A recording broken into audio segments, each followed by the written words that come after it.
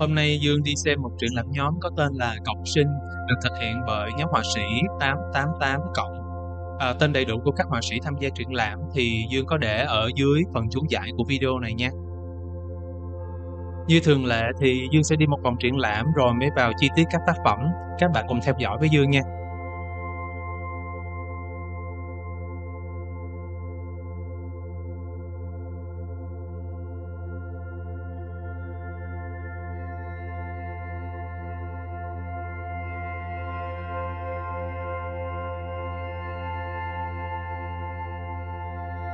Triển lãm này có những tác phẩm điêu khắc về Lạt Ma Sư Tổ khiến mình thấy rất là thích thú. Nhất là khi những tác phẩm này được đặt chung với các bức tranh có không khí của Công giáo. Đây cũng có thể coi là một sự cộng sinh trong cùng một không gian triển lãm nhỏ bé chăng?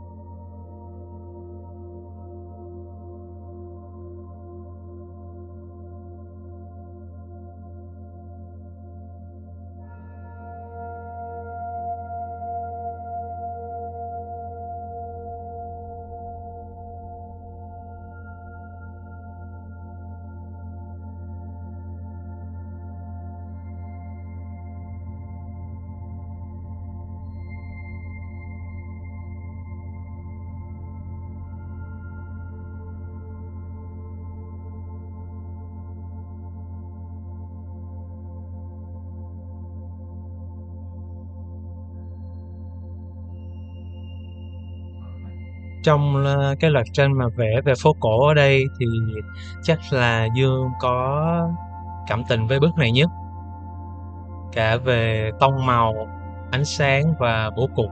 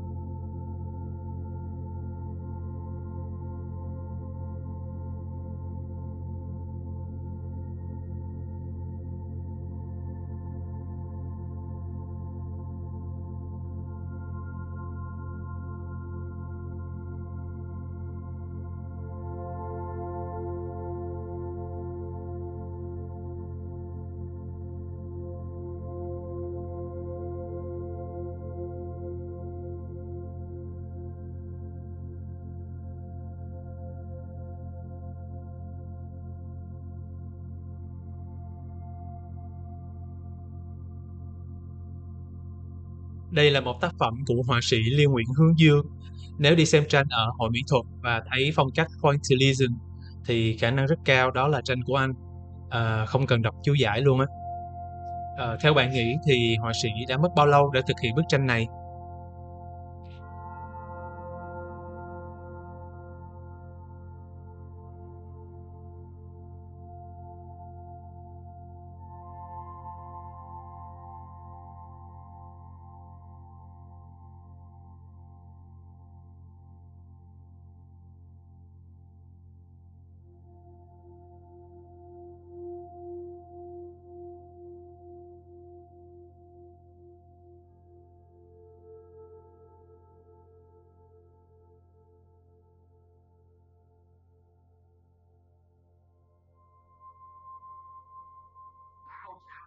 Dương luôn luôn có một cái sự ưu ái đặc biệt dành cho tranh màu nước, nhất là những cái tranh mà vẽ đời sống hàng ngày.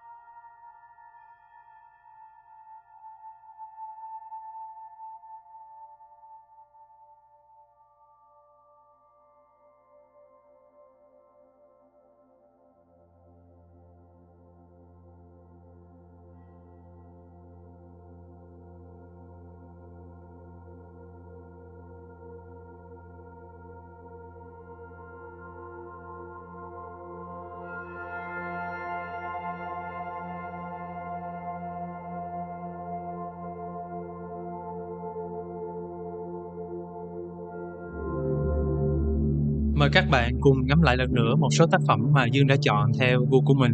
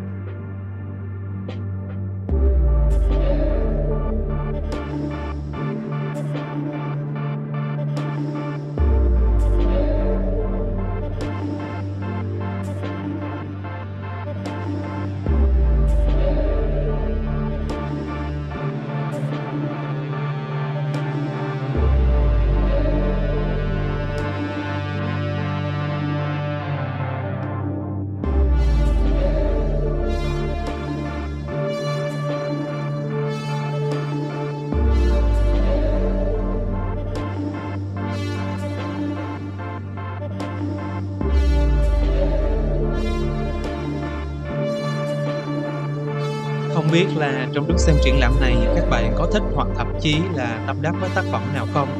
Nếu có điều kiện các bạn sẽ sưu tập nó chứ?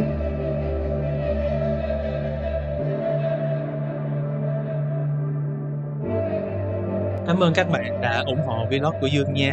Xin chào và hẹn gặp lại ở những triển lãm tiếp theo.